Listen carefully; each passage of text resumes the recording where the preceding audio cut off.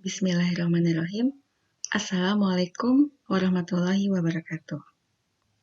Teman-teman, kali ini kita akan membahas tentang rantai Markov dalam steady state. Kita mulai dari satu contoh matriks peluang transisi ya. Ini adalah masalah inventory. Sudah pernah kita bahas di video sebelumnya, cara mendapatkan matriks ini. Nah, di sini kita punya 4 state ya, yaitu jumlah stok kamera akhir pekan ini. Ya, bisa 0, 1, 2, atau 3 kamera. Ini adalah state awal. Nah, kemudian ya pekan depan ya, jumlah stok kamera juga bisa 0, 1, 2, atau 3. Nah, masing-masing entry dari matriks ini menyatakan peluang transisi dari satu state pekan ini ya ke state yang lain akhir ya pekan depan. Sebagai contoh, misalkan P21 ya, itu maksudnya adalah peluang jumlah stok kamera pada akhir pekan ini adalah 2, dan akhir pekan depan adalah 1, itu peluangnya adalah 0,368, dan seterusnya. Nah, ini adalah matriks peluang transisi satu langkah. Ya. Nah, bagaimana halnya dengan matriks peluang transisi 2 langkah? Kita bisa menghitungnya dengan menggunakan persamaan Chapman-Kolmogorov ya. Jadi kalau kita ingin mencari jumlah kamera 2 pekan depan gitu ya, matriks peluang transisinya itu cara memperolehnya adalah cukup kalikan matriks peluang transisi satu langkah sebanyak 2 kali ya, yaitu P pangkat 2 adalah P kali P. Ya. Nah, silakan diverifikasi ini hasilnya. Demikian halnya juga dengan matriks peluang transisi 4 langkah dan 8 langkah ya. Jadi boleh kalau matriks peluang transisi 4 langkah ya, P pangkat 4 itu boleh kita kalikan P kali P kali P kali P ya. Akan tetapi lebih praktis kalau kita cukup mengalihkan P pangkat 2 kalikan P pangkat 2 ya. Karena kita sudah menghitung P pangkat 2 ya. Sehingga ini adalah seperti ini. Nah, untuk yang 8 langkah ya, kita peroleh dari P pangkat 4 kalikan P pangkat 4 ya. Ini hasilnya. Oke. Nah, teman-teman bisa mengerjakan ini secara manual ya, akan tetapi akan sangat mudah kalau kita menggunakan bantuan ya, contohnya dengan menggunakan Excel. Nah, ini saya sudah menuliskan matriks P ya. Ini adalah matriks P-nya. Nah, kita akan mencari P pangkat 2 ya. Nah, karena ini adalah matriksnya 4 kali 4, ya. Kalau kita kalikan dengan matriks 4 kali 4, maka akan menghasilkan matriks 4 kali 4 juga ya. Jadi kita sediakan ini ruangan untuk hasilnya nanti, ya, 4 kali 4. Kemudian kita tulis sama dengan MMULT, artinya matriks multiplication. Kemudian mana yang mau kita kalikan? Nah, ini kita sorot, ya. Kemudian di komputer saya ini pakai semikolon atau titik koma. Mungkin di komputer teman-teman pakai koma gitu ya. Silakan dilihat sintaksnya. Kemudian dikalikan dengan dirinya sendiri ya. Kita tutup kurung, kemudian tekan Ctrl Shift Enter. Nah, ini dia hasilnya. Itu adalah P pangkat 2. Ya. Nah, untuk P pangkat 4 kalikan P pangkat 2 ini ya. Nah, kita kalikan sama MMULT, kemudian kalikan ini, titik koma, kalikan dengan ini lagi, look, Ctrl Shift Enter, dan seterusnya. Ya, oke. Nah, kita lanjutkan ya. Nah, ini adalah matriks peluang transisi 16 langkah. Ya. Nah, apa yang kita lihat di sini, ya, terlihat bahwa ternyata setelah melakukan transisi 16 langkah, nah, keempat baris P16 itu ternyata sudah sama semua. Nah, lihat ya, ini sama ya, ini sama, ini sama, ini sama. Nah, hal ini berarti bahwa setelah 16 langkah, peluang sampai ke state J tidak dipengaruhi lagi oleh dari mana ia berasal ya. Jadi tidak dipengaruhi oleh state awal. Nah, dengan kata lain, dalam jangka panjang, rantai Markov ini memiliki sebaran limit yang bebas dari state awal. Inilah yang disebut dengan keadaan steady state ya. Nah, dari fakta tersebut ya terlihat bahwa untuk n ya, n ini maksudnya banyaknya langkah ya. Untuk n menuju tak hingga atau n banyak sekali, PIJ dalam n langkah itu akan konvergen ke suatu nilai yang sama untuk semua nilai I. Atau dengan kata lain, terlihat bahwa ada limit peluang, sehingga proses akan sampai di suatu state J setelah sejumlah besar transisi. Dan nilai ini adalah bebas dari keadaan state awal, seperti itu. Nah, selanjutnya kita akan lihat satu teorema yang penting sehubungan dengan kondisi steady state ini.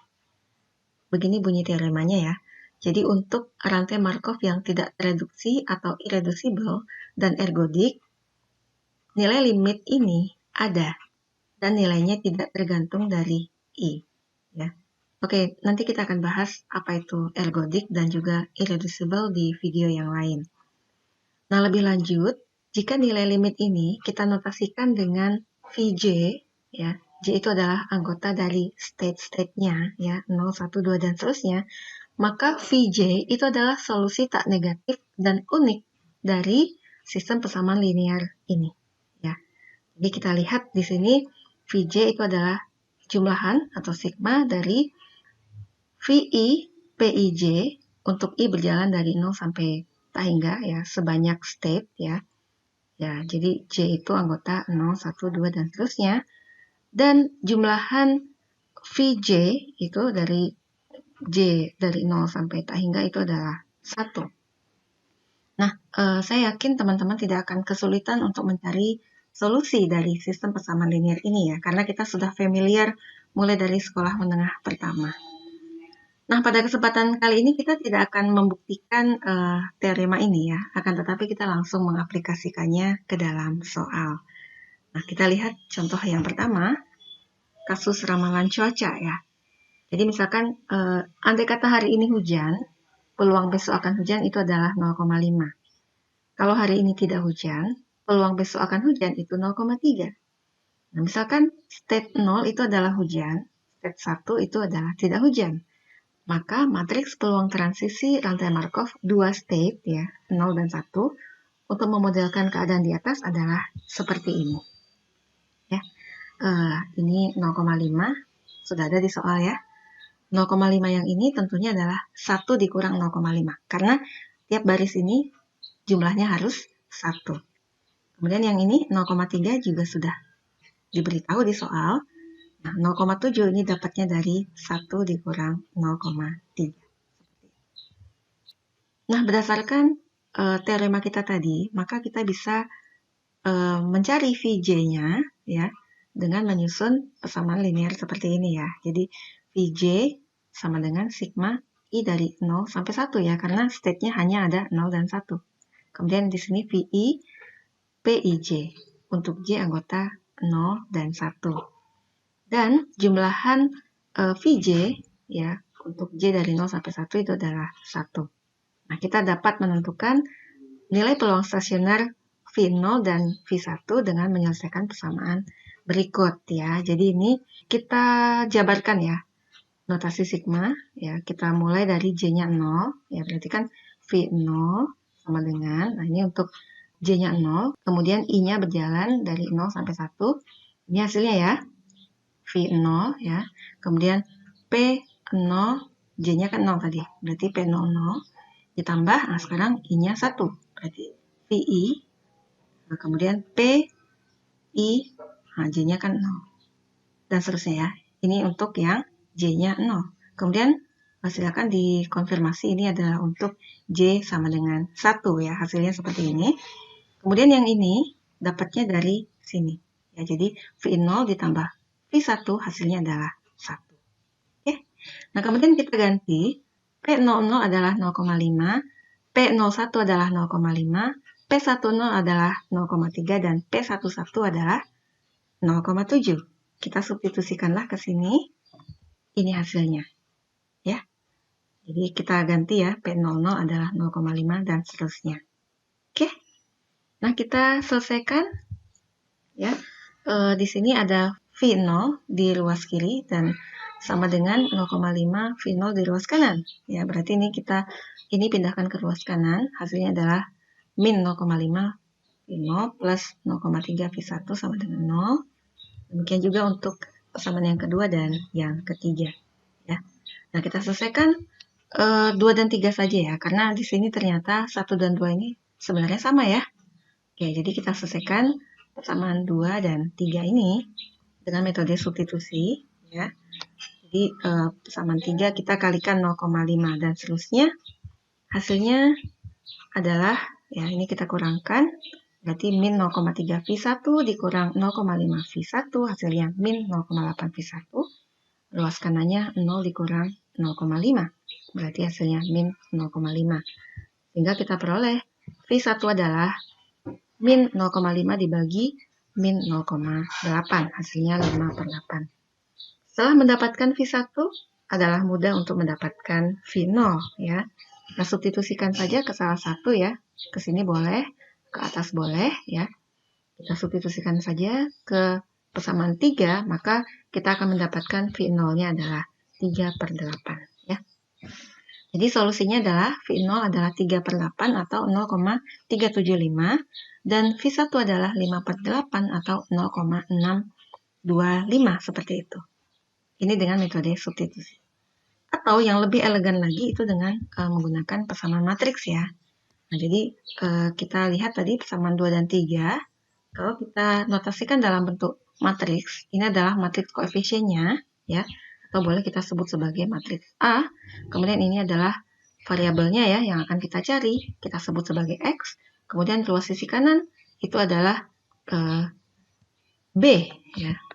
Seperti itu.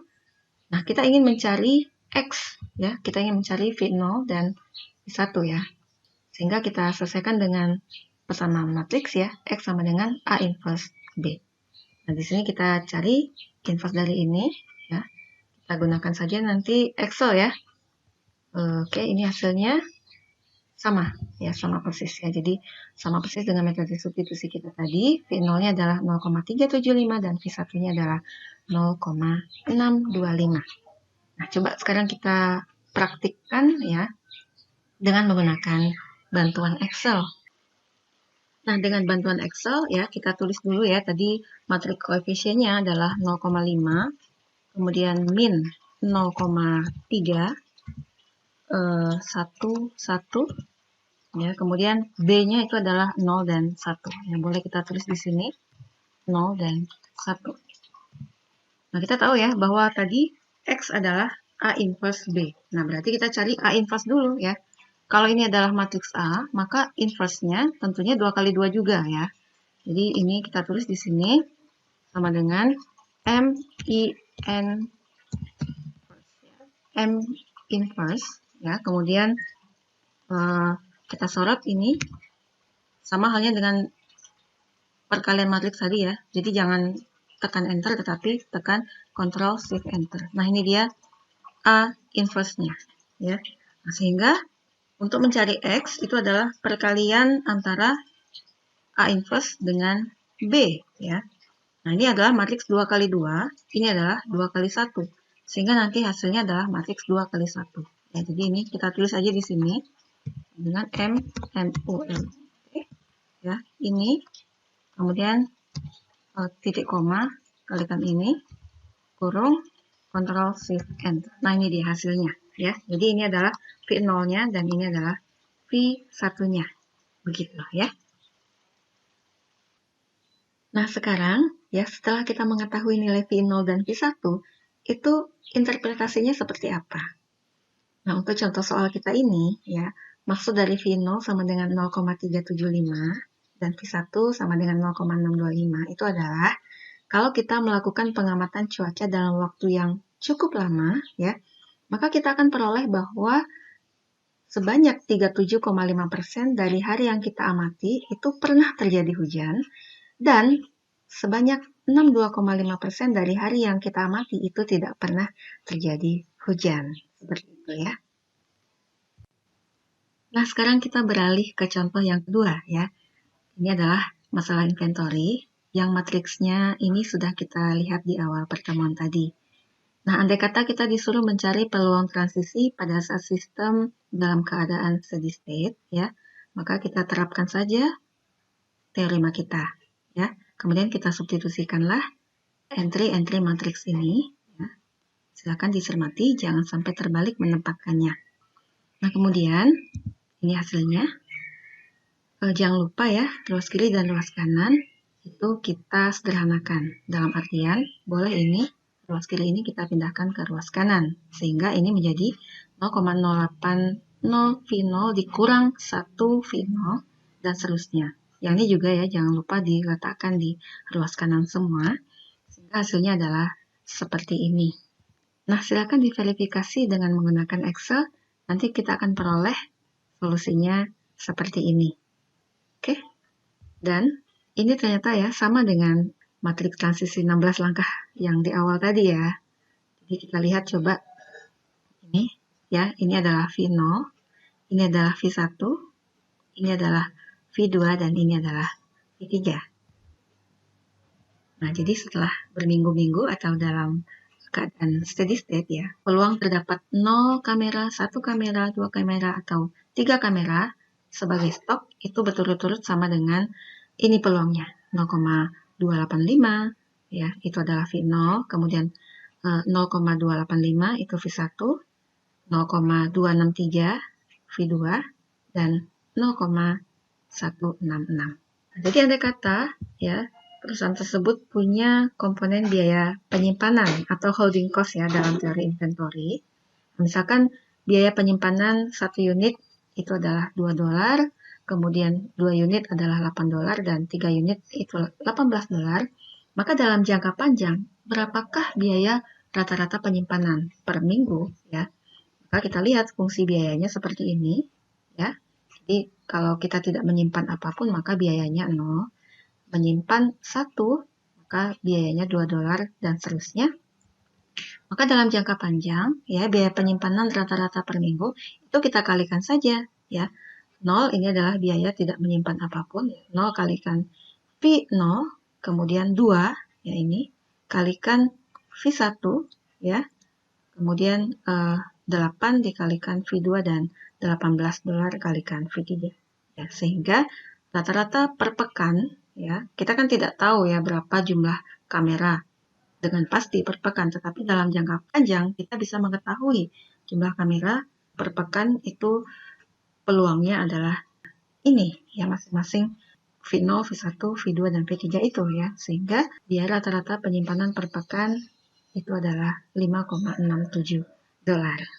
Demikian pertemuan kita kali ini, semoga bermanfaat dan terima kasih.